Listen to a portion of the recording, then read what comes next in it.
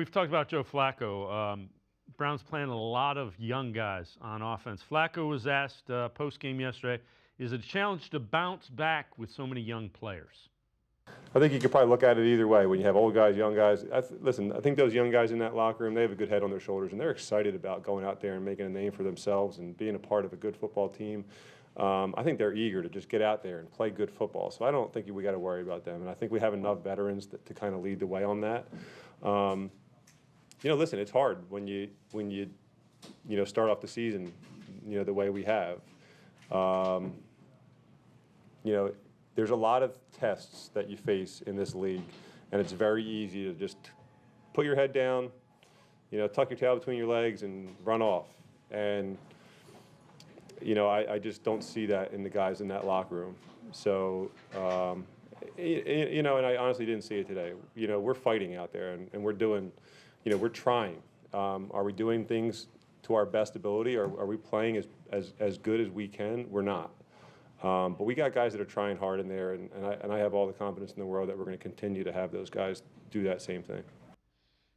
So, Lance, what do you do to get more explosive plays?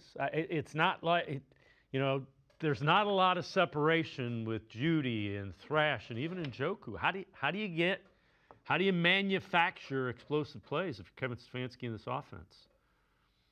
Well, you can't beat your head in the ground. You can't say we're just going to make them. You can't just say we're going to throw the ball deep. What you got to, I think, obviously it starts with the run game. And in this scheme, you got to have second medium, because second medium gets you the defense you want on the field. It gets you the coverage you want on the field, because then you get some man coverage. You get those safeties down in the box. You can take some shots over the top. But if they don't run the ball well, then they can't do that. And you can't say we're just going to do it as an offense, because that's not how offensive football works. So they might not be able to get anything if they don't run the game, don't run the ball in the game.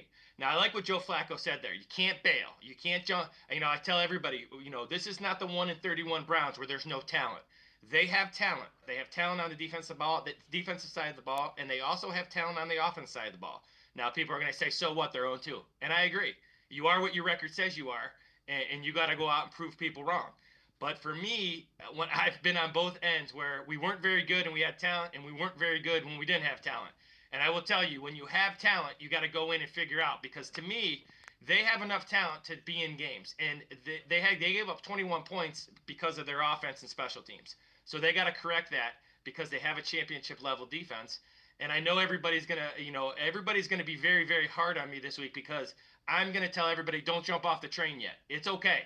They're going to figure it out. I truly believe that. Now, obviously, he's been two-time coach of the year, so his system works. Maybe he has to adjust his system a little bit too, because right now the struggle is real, and they got to figure out, like you said, how do you get manufactured plays?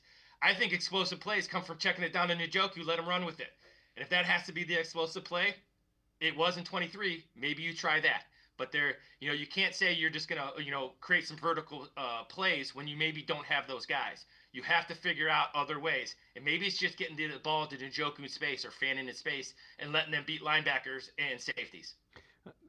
The other, in my way of thinking, either you can't put the ball in harm's way and you can't turn the ball over, or you have to get the explosive play. So maybe the answer is, don't put the ball in harm's way until it's fourth quarter and it's a game-winning, game-tying drive kind of thing.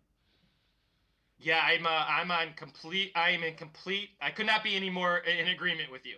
As an offensive coach for 20 plus years, when you don't have a ton of talent and your defense is very good, then how do you protect that defense? And one of the things I've heard, well, that's not how you win in the NFL. Well, there's a bunch of ways to win in the NFL. There's a bunch of ways to win football games. You look back to some of the championship level teams that the Ravens had and the quarterbacks they had during that time. And, you look at some of the teams that have won a Super Bowl with quarterbacks you win with, not because of. That's because they had great defenses. But those offenses didn't turn the ball over. And those special teams were special. And if you're going to be a team that relies on defense, then you have to protect the defense. And that is called not putting it in harm's way. And when the Browns put the ball in harm's way, it's because it's third and long, and they throw the ball. So maybe till you get that figured out, you run the ball on third and long, and you punt it. And you let everybody boo, and you play great defense, and you sneak a win out. Because what solves all issues in football is winning. Regardless if it's 2-0 or 30-0, A win is a win and no one cares. And I've always believed in that. It doesn't matter. You'll figure it out the next week. It's like the NCAA dance, right? You survive in advance. Find a way to win and then move on and improve the things you need to improve on.